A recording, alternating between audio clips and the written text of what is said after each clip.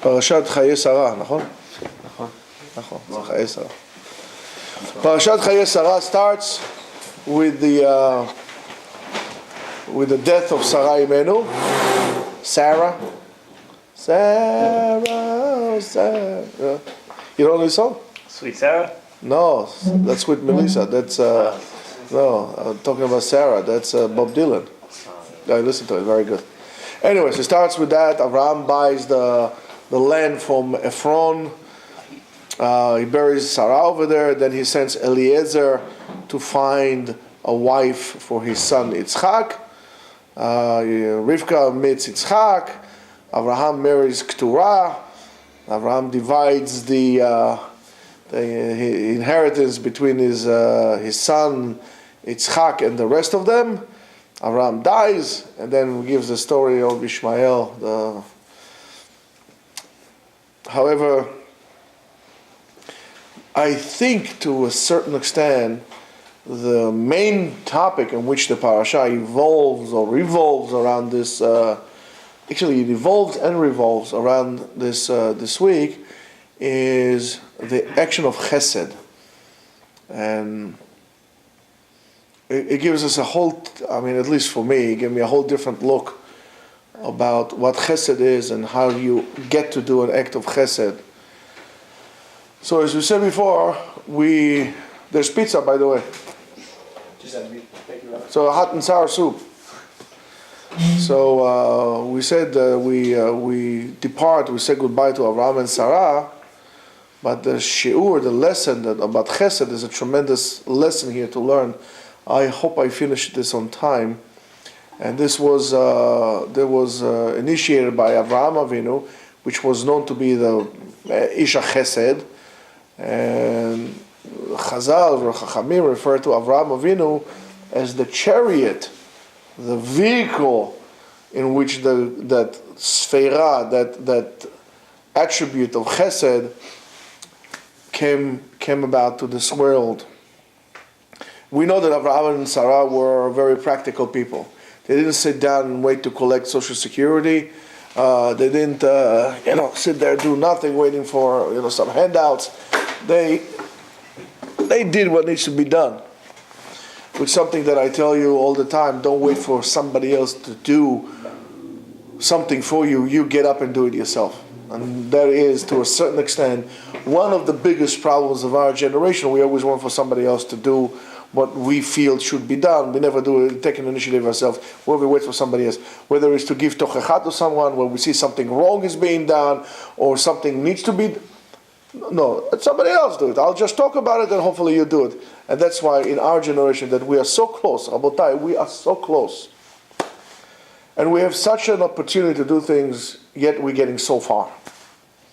That's how one of the things that the Yetzer Hara works against us, and we need to remember that. We know that Avraham Avinu used to deal with the men, Sarah dealt with the women, and they were Megayer people, and they come closer to God, and he was teaching them how to to recognize God and in the world and so on and so forth, which was very nice. The Netivot Shalom says, I love the Netivot Shalom, he says the whole issue of this parashiot, the parashiot of Avraham Avinu, is, and I'm quoting, to teach us how by his chesed, the binyan olam, fixing of the world of tikkun, of the damage that was done from the generation of Noach, generation of Adam HaRishon, how the tikkun, the fix-up of the world had started, and it has to do with us. That's why it's important to follow the path of Avraham Avinu and to learn his actions very, very carefully. It says in Tehillim, Ki amarti what? Olam chesed yibaneh. I say it would be built. That's in Tehillim, in Psalms. Which Psalms? 51. 47. Peitet. Peitet is what? 89. 89. Do I hear 90? 80. We need to understand that Midat HaChesed, it's not only the Midat HaChesed is in the Klalut of the Olam, in the general aspect of the world. However, the tikkun through midat chesed also applies to us internally, because we know a man, a person, is olam umlo, is a whole entire world, universe inside of him. So as much as you need to fix the world with midat chesed, you should fix your world, your own self, with midat chesed as well, as it says chesed el kol hayom. That's in Tehillim, in Psalms 52. On that, the Rav from Kurbin says that every single day, according shebechol yom vayom, every single day, mechuyav Yehudi la'asot ma'aseh chesed. According to Rav from Kurbin, a Jew must do an act of chesed every single day. Did you do an act of chesed today?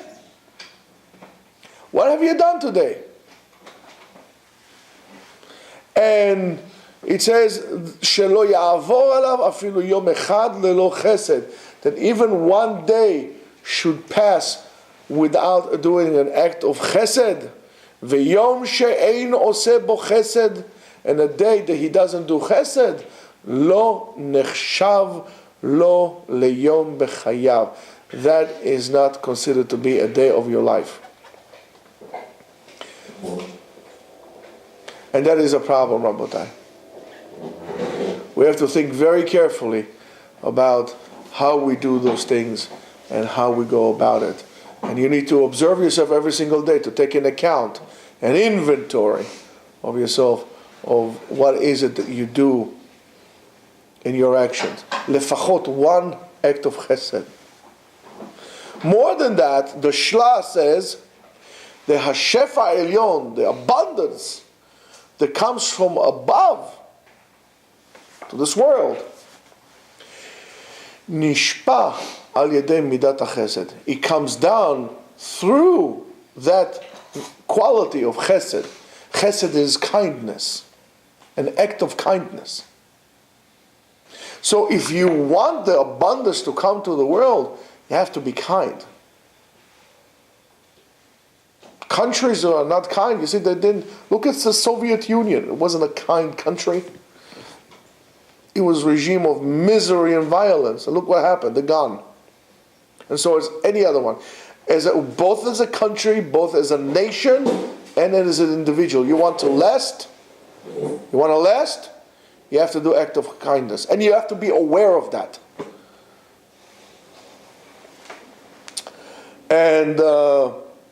And it says, She'al yedezeh, because of that, I'll continue quoting from the Shla, She'yehudi osek bechesed, hareu mamshich chesed mishamayim. He brings that chesed, that quality, also to this world.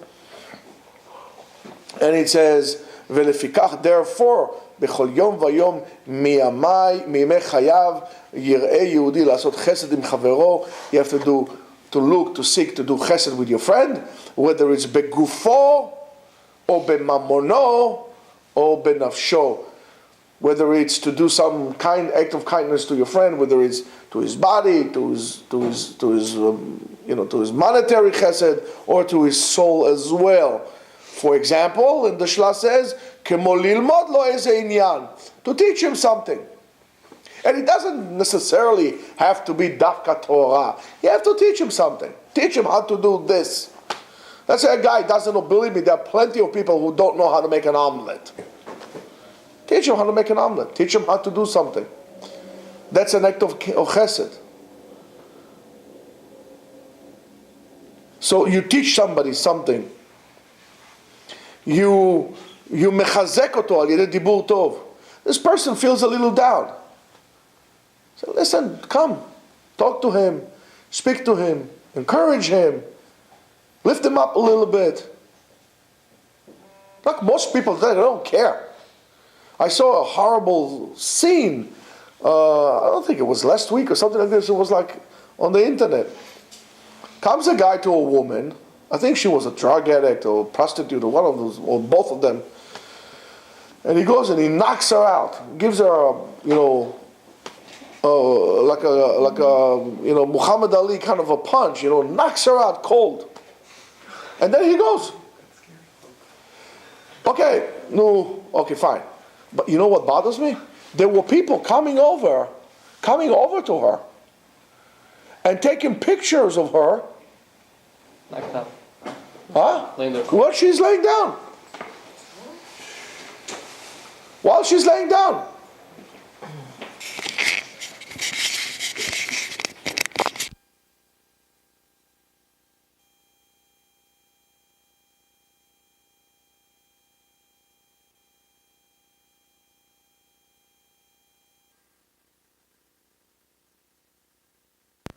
Cold on the floor, and you take him. And then I saw another is absolutely idiot. He's laying down next to her, taking a picture like this. What is this?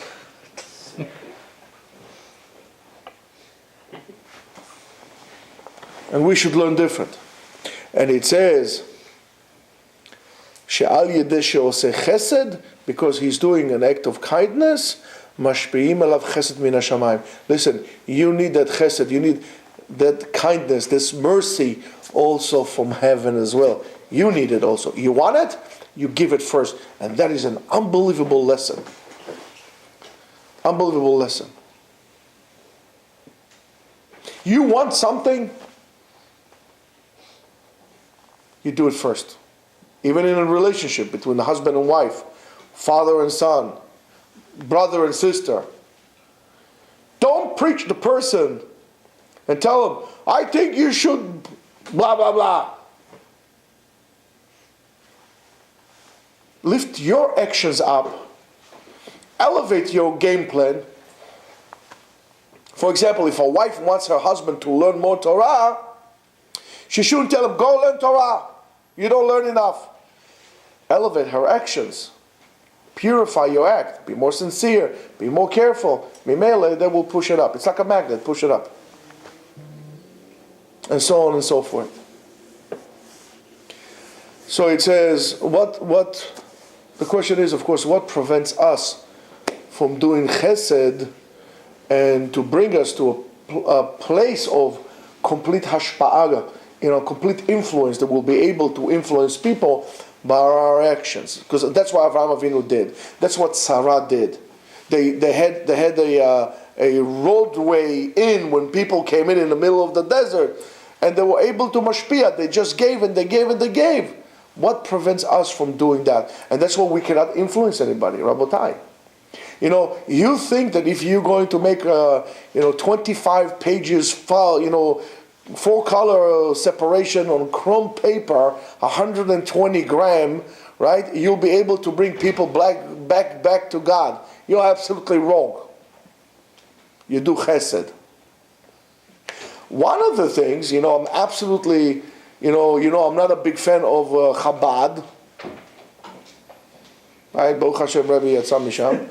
I'm not a big fan of Chabad, but I gotta tell you, one of the reasons that they are able, come, Eitan, Bopo. One of the reasons that they're able to influence a lot of people is very simple, because they do chesed. Yes, they charge you for the meals, but they're there. They're there. We are not able to influence people because we don't do chesed, Rabotai.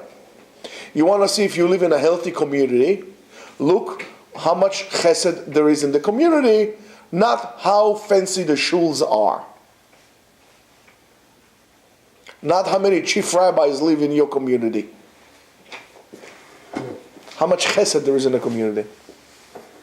Is there a gamach in the community? For people who need, they can come in, even get clothes, food, borrow money if they need. Gamach is initials, Gimilut Chasadim. And we're going to get to this Gimilut Chasadim Be'ezrat Hashem soon. In other words, you need to understand that when you do chesed, you're changing reality. You change reality. So let's try to see exactly how we do so. We know we have the story of Eliezer that the servant of Abraham, he sent him to get to Rivka. But in that Peula, we're going to talk a little bit about it a little further. In that Peula, you see how the Chesed, the act of Chesed, actually spreads. We know that Eliezer was a Ben Bait. It was a household member of Avraham Avinu, and he also got, in a way, infected with this act of Chesed, of kindness. Eliezer, there was a Eved. When he was an Eved, it was, according to the Kabbalah, it was Bibchinat Arur. Arur means is mekushar, is connected to the Sitra Achara. Okay? Mekushar le Sitra Achara. By him connected himself to, that was a nice verb, connected himself to to Avraham Avinu, connected himself to Avraham Avinu, he came out from the status of Arur and he entered the status of Baruch, being blessed. As we know, it says in Masechet Kelim, right? In Masechet Kelim it says, Kol ha-mekushar le-tahor, tahor. Everything that is connected to the tahor becomes tahor automatically.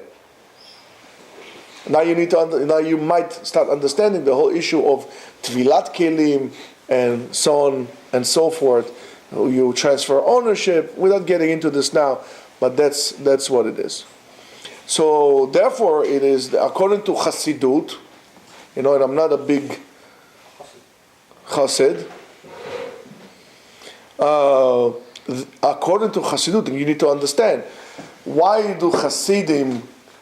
Whether I agree with it or not, it's completely irrelevant.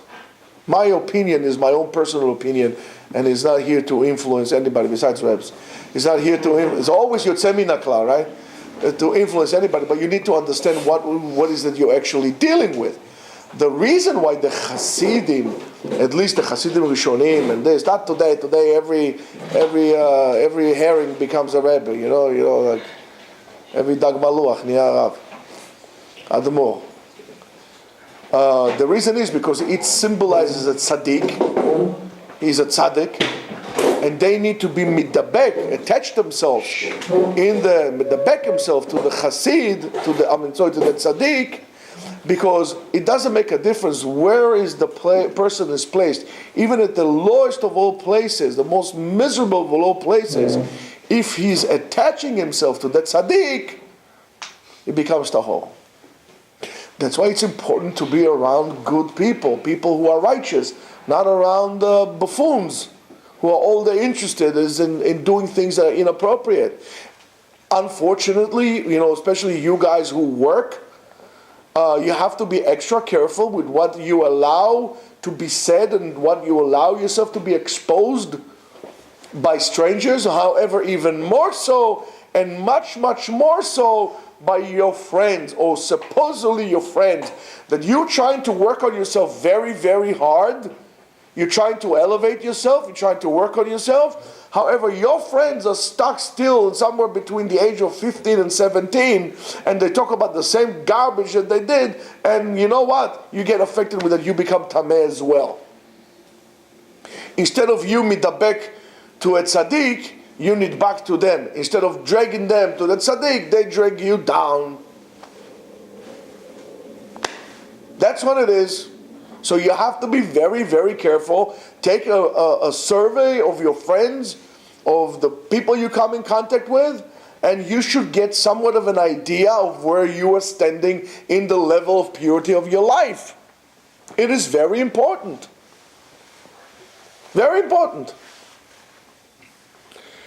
So Eliezer also, besides that, what is he just? He's not just looking for oh man, this is so long.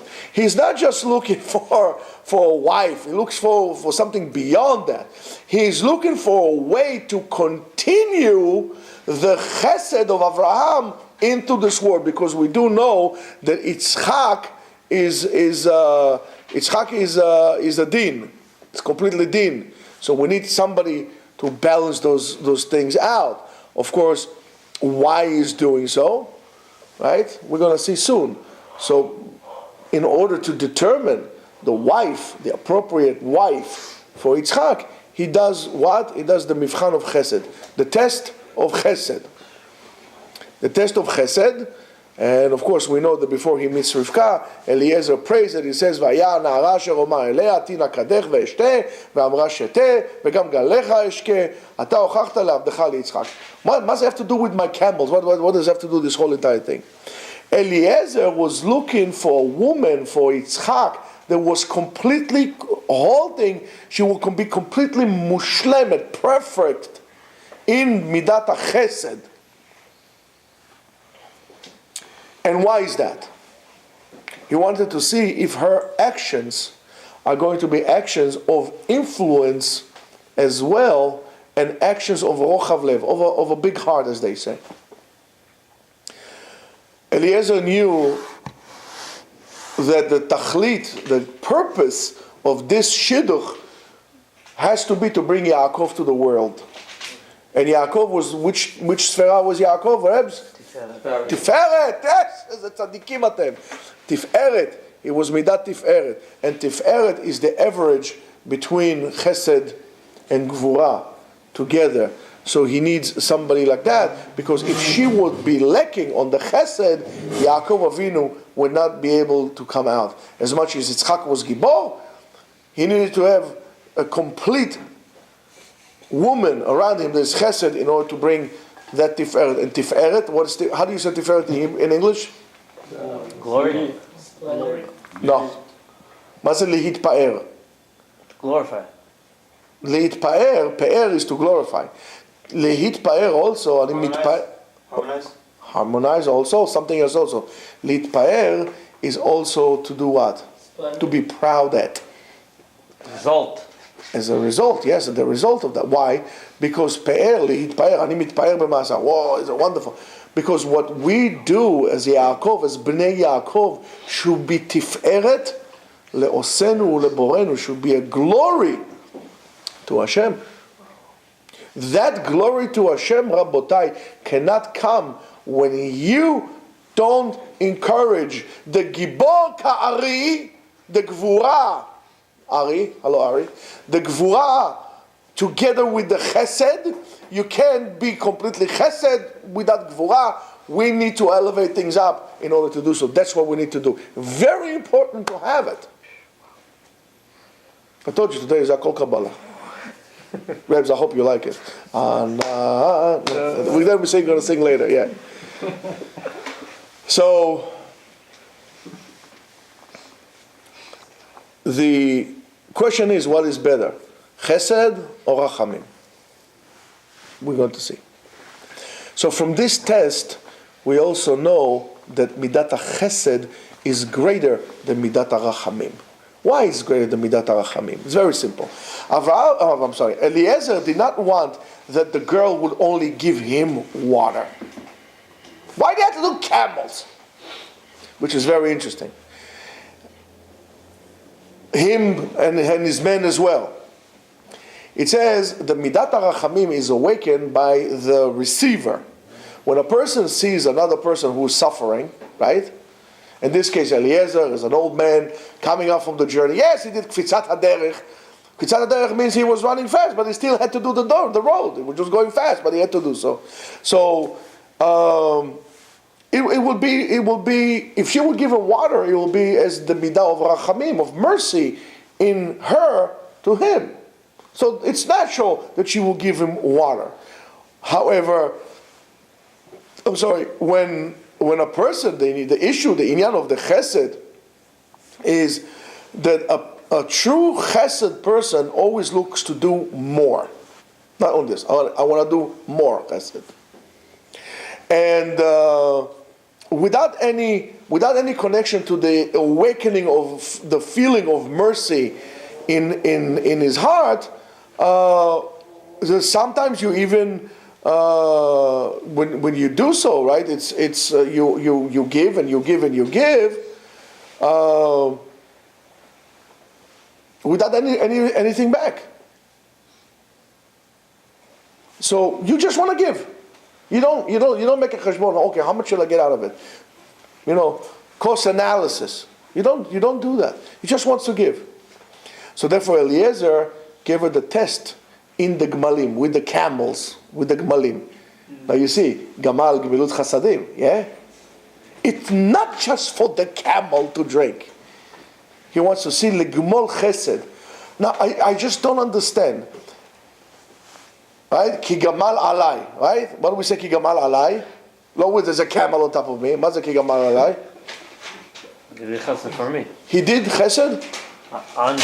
On me. He did Chesed for me. Who did the Chesed for me? Hashem did Chesed for me.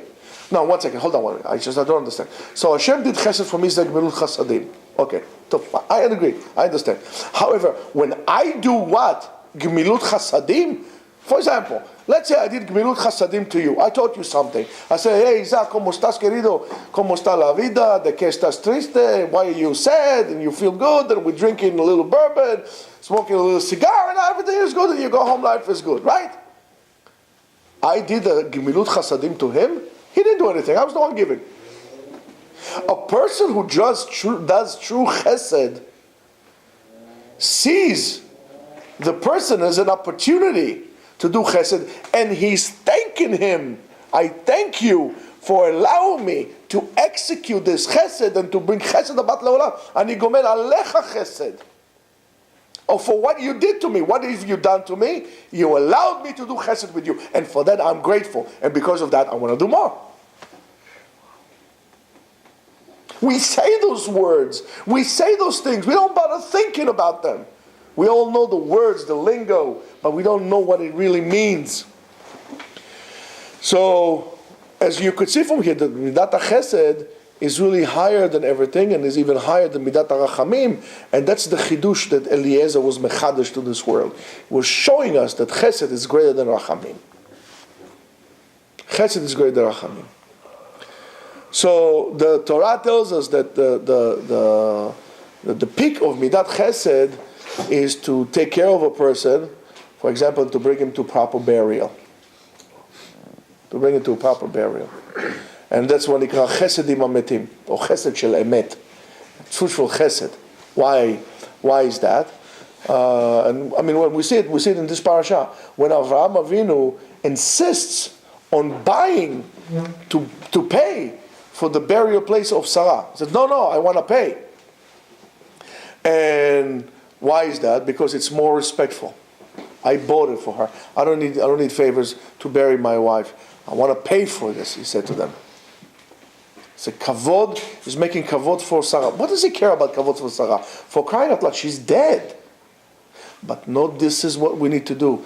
Even with the met, you have to do chesed. One of the mitzvot that we have is lo talin et hamet. We don't leave a dead person overnight if we can. Why? Because we don't want to disgrace him. But you think he cares? He's dead. You care about that as well. You care about that as well. And we know that the chesed, what we call chesed shel emet, the dead person cannot repay you. We cannot repay you. There's no what do I get out of this? And this is called giving without receiving. And when you give without an intent to receive, just because you want to give, that's called chesed shel emet. That's called chesed shel emet. And we should learn a lot from it. In our neshama, there are many levels. In our neshama, there is of course the nefesh, which is the lower, but then after that we have the ruach, which is also somewhat, but then we have higher levels, which is called neshama, and it's called chaya, and it's called yechida. It's very high levels.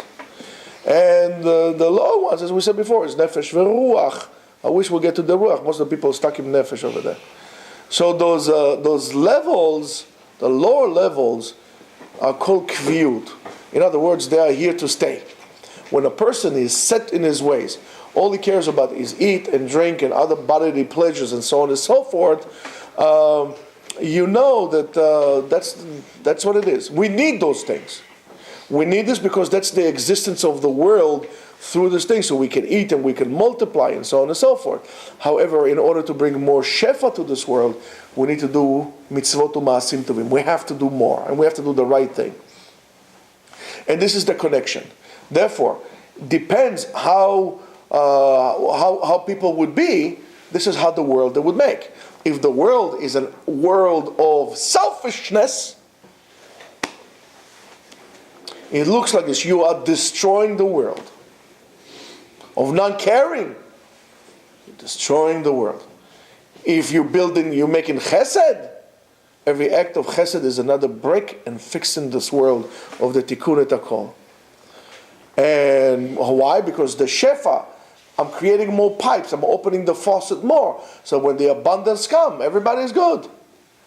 Now, which is something very interesting. I don't want to get into economics and philosophical argument about economy. However, if I have a lot of money, and I have a lot of money because I worked hard, and let's say, for example, you don't have a lot of money because you chose not to work hard, why should I share it with you? So I'll tell you what we do. We're going to make it so everybody can work. So everybody has an opportunity. Now, there's other people who don't want to do it. I'm going to give you tax-free. No, government will not take a penny. No, I don't care what it is. I don't want to work. So that's the kind of person who brings closure to the world. Socialist. That's socialism. Yes. That's socialism. However, sharing the wealth with people doesn't mean sharing the wealth that I have to give money from my pocket to you. Sharing the wealth with people should be giving everybody an opportunity to have dignity and to work and generate his own wealth, each to his abilities. And that's something very important on the side. We should remember this. So on Mashiach it says, when Mashiach comes, it says, V'nacha alav, Hashem says, Ruach Hashem. The Spirit of Hashem will come upon him, and what is it going to be? Ruach Chochma Ubina. Wisdom and Bina is intuition. Ruach Etzah V'Gvura. A spirit of good advice and heroism and mightiness. Ruach Da'at V'Yirat Hashem. A spirit of great knowledge and to be a God-fearing person. That's in Yeshayahu, Isaiah 11, verse Bet 2. Dos. Mashiach is going to bring a new spirit to us, which is going to be much higher than the world is able to recognize and to see today, nowadays. And when he's going to bring this, all these arguments that we have are going to stop, because it's called Da'at V'Chochma. We're all going to be wise. Which all the arguments that we're involved with, politics, Republicans, Democrat, Russia, not Russia, China, Shtuyot, what are you dealing with this Shtuyot b'mitzvah gvaniyot? It's nonsense. Don't even bother with this. I spoke to my mother today. I speak to her a few times a day. And she says to me, I was told her something happened. And she said, really? I don't even know. Since my father passed away, she doesn't listen to news. She doesn't listen to the radio. I don't know what's going on in the world. She says to me, you know what? I'm better off. It's all nonsense. So therefore, what brings the Geulah, what brings redemption closer, it is the wisdom which is more pure, the pure wisdom that does not have the mixture of this world. That's why then we can learn Kabbalah. You can't learn Kabbalah unless you left this nonsense of being, involved with the shenanigans of this world. You want to bring Geulah, you want to bring redemption, purify yourself. Leave yourself from dealing with this nonsense. Cleanse yourself with knowledge, with acts of kindness. So how do we achieve that level of kindness? I'm going a little faster, but how do we actually achieve that? Well, there is one very good way to achieve that level of receiving without hashpa'ah and so on and so forth. is Tchiyat HaMeitim. We're going to reach this level in Tchiyat HaMeitim. The introduction to the Zohar writes, to reach this level of perfection, of lekabel al menat leashpia. I only want so I could influence. Like Shlomo HaMelech. He says, I want wisdom so you can help me help your people. I don't want it for me. HaKadosh Baruch Hu gave him chokhmah, gave him wisdom, and monetary wealth.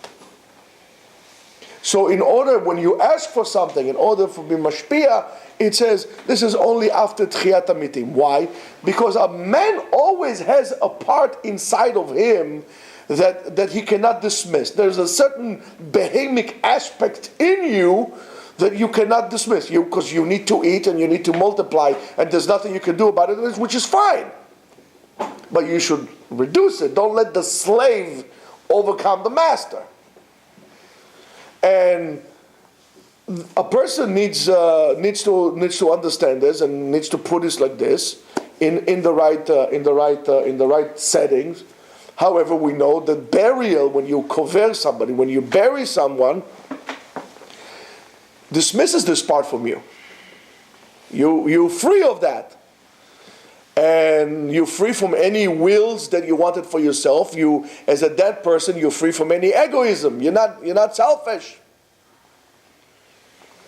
And when you hopefully get up in Tchiyat HaMeitim, in the resurrection of the dead, after all the parts of that body be completely eliminated, which is the will, the need to just receive for yourself, give me, give me, give me, give me, give me.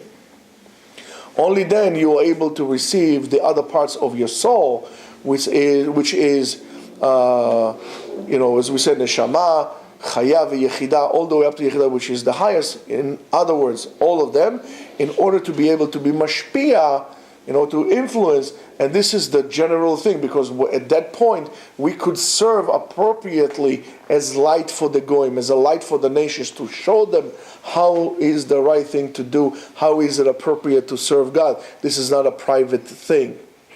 And HaKadosh Baruch Hu, we should know, talking about the resurrection of the dead, especially for you, Yonatan, you love this topic. So the resurrection of the dead, we know that HaKadosh Baruch Hu is going to resurrect them with all those, with all the blemish that there is in them, with the body, not a spiritual body, the real body, with that body that wanted all the nonsense of this world, that is going to be resurrected.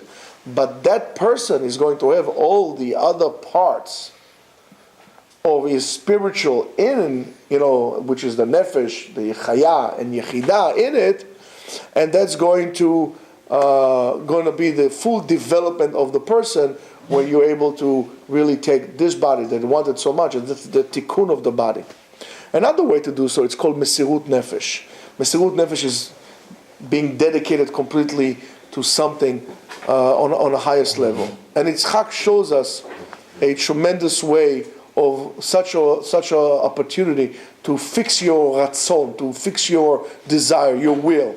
So we say, in order to reach this place of perfection, in order to receive only so I could influence, not to receive and then it ends with me, because then we're like a black hole.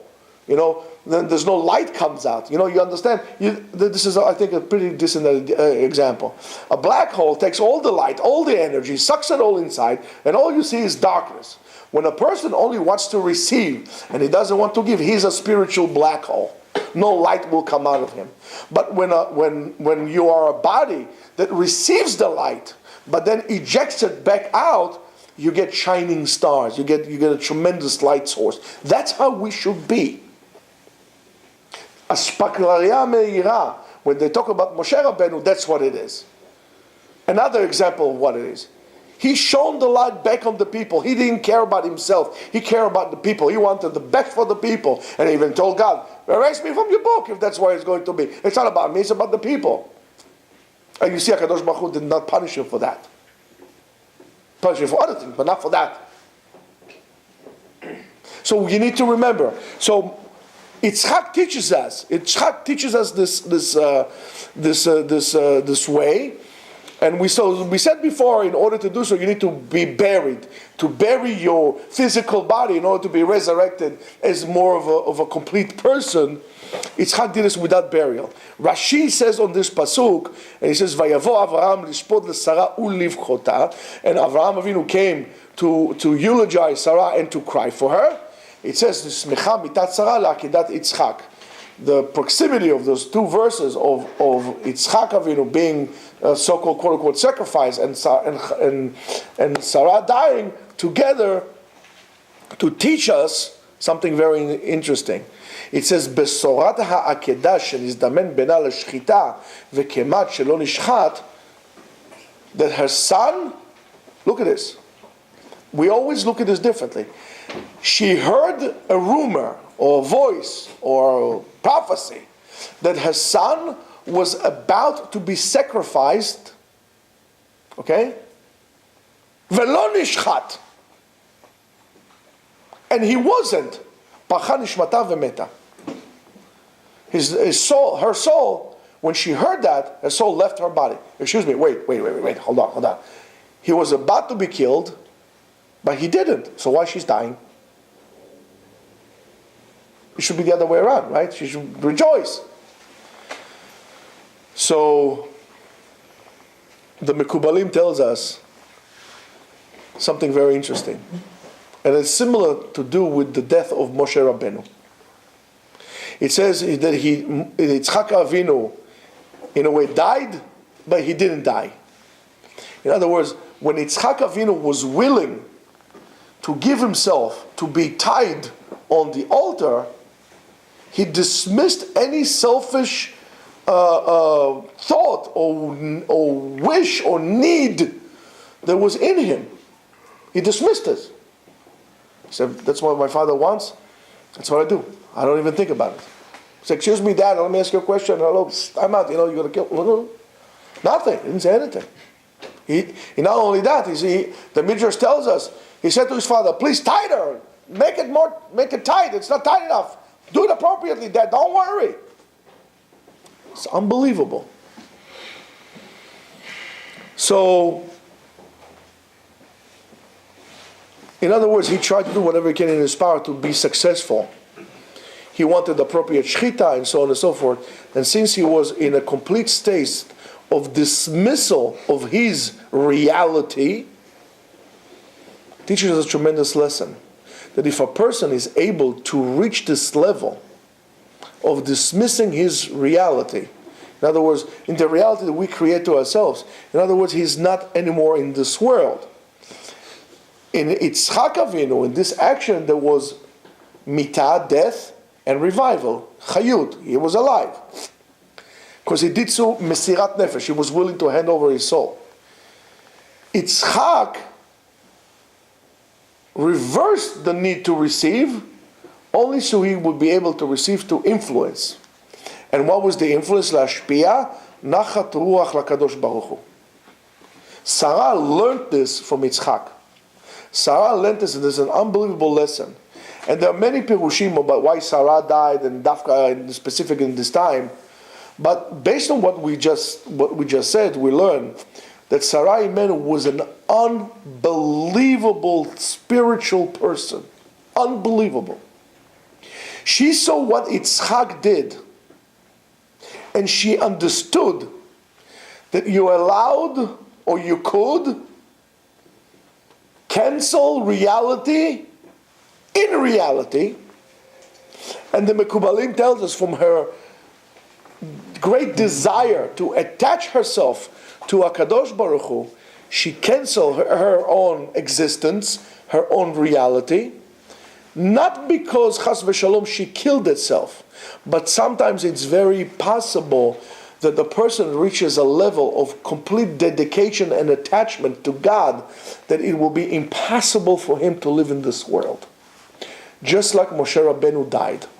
That's why Malach HaMavet could not kill Moshe. That's why HaKadosh Baruch Hu tells Moshe Rabbeinu, Aleh al har umut, and you die there. Mut means you're going to, quote unquote, kill yourself. He didn't kill himself.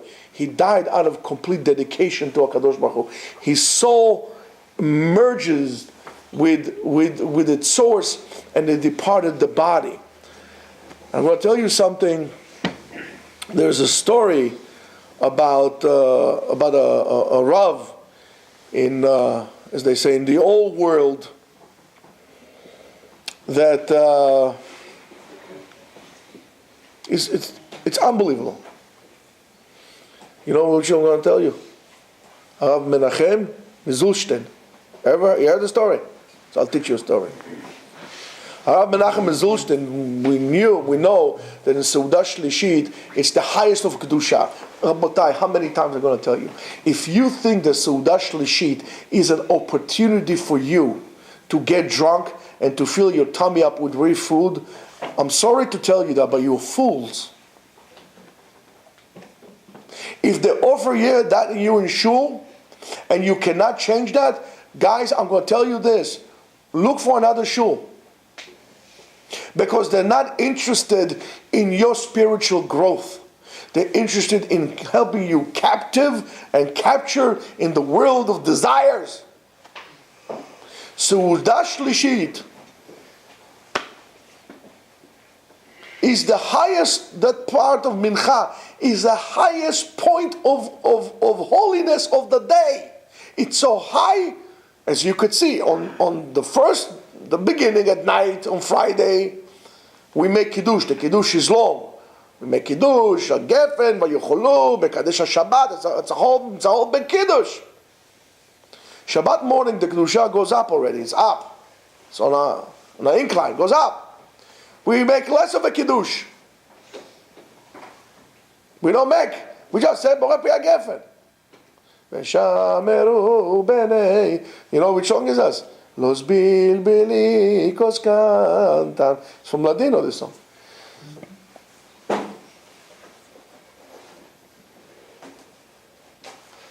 And the Kedusha keeps on creeping up slowly, until it reaches its peak at Zman HaMincha. At Zman HaMincha, it's so high that the Shabbat is completely in full blast of holiness. We don't need to do any Kiddush, and we don't make Kiddush on Seudah Shlishit. So how is it possible that at this time of holiness, we're going to act like drunkard Cossacks? How? It is a crime that you commit against yourselves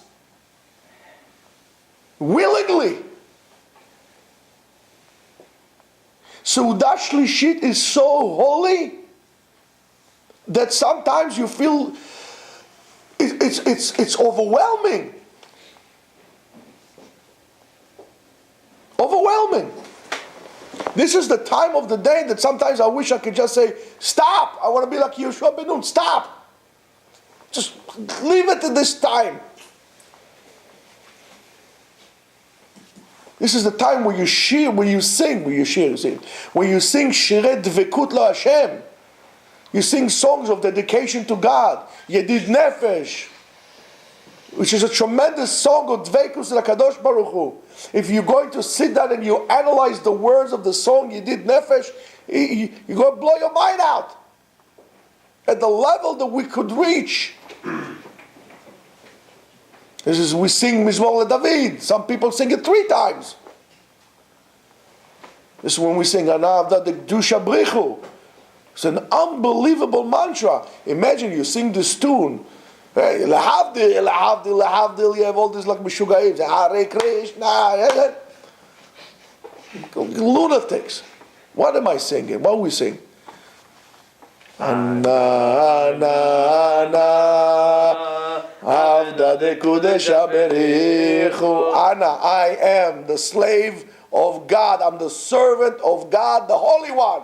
Over and over and over again. It penetrates into your DNA. It transforms your chromosomes. It changes you into a different person, and you spending it on drinking Grey Goose. That's wrong with you. Shabbat, Seudah Shlishit, you need to sit together with Dvekut Chaverim to say some Divrei Torah, not speeches. about how you used to eat cucumbers with salt and before meal in Afghanistan. I'm sick and tired of the stories already. The same story over and over again. Some divrei Torah of meaning, not just divrei Torah. It says in the Parashat, I don't take what it says in the Parashat, I can read myself. Give me something that would speak to my neshama. Because my neshama is crying. It needs it. It wants it. And you're starving me. Don't give me this food and bribe my neshama with physical filth. A little herring will be fine. Something so motzi. I'm not hungry. I just ate. But I'm eating so I can make a bracha. I'm not making a bracha so I can eat. I'm not hungry, but I'm eating so I can make a bracha, I can bless God and praise Him for the wealth He gave me. I'm coming closer. So they say about this Rav Menachem Mezulshtin, the story. They say the story that on Seudah Shlishit on Shabbat, on the third meal of Shabbat, he used to reach such a high levels of holiness that they used to put a guard next to him all the time, somebody to guard him all the time, so he would remember to come back here. It's mind-boggling. So one time, there was a case that somebody that came to guard him, regarding him, heard some noise outside. When he came back, he saw the rabbi saying Shema Yisrael, and he died. Because of understanding that when you sometimes so attached to God, you can't live in this world anymore. And it's not an act, God forbid, of committing suicide. It's just bringing yourself to a different level. And that's what Sarah understood from the act of Yitzchak Rabotai. Because when she heard that he was about to be shechted and he wasn't shechted, then she realized that it's possible to reach this level. And this is how she departed from this world. But Mishamayim, they brought her back to the body. And Shalosh Shanim Haya Yitzchak Bashamayim Ad Shechazar. And then 3 years, Yitzchak was in heaven until he come back. And that's why it says Sherak Avraham Shav El Ne'arav. Only Avraham came back to his boys. Yitzchak stayed on a mountain for those 3 years. And that's what she heard. And that's what happened. There's a lot more that I want to say, but it's time for us to daven Arvit. So you can catch the continuation of this Beli Neder. If we're going to do this, we're going to do it tomorrow morning. But just try to think about what I just told you now. Try to make this Shabbat different, Rabotai. You don't have to be a part of a clan of 100 people. It's very nice if you have 100 people who are all into this, willing to experience this spirituality. But if not, even if you have 10 people, and even if you can get 10 people, even if you sit down yourself and you sing the songs of dedication to HaKadosh Baruch Hu and elevate yourself, and just simply, Rabotai, allow yourself to fall in love with God. Allow yourself to connect yourself to Him. Just allow it. Don't put the obstacles. If we could just be a little bit more spiritual, if we could just do a little bit more kindness with one another, to be kind to one another, and an act of kindness will be to open the door, even to a stranger, not only to a Jew, to a Gentile, to say good morning to somebody in the street, for crying out loud. Why is it so difficult to be kind? Because it's so obvious, and because it's so simple, and because we don't do it, now you know that the key to redemption comes through kindness. Shabbat Shalom.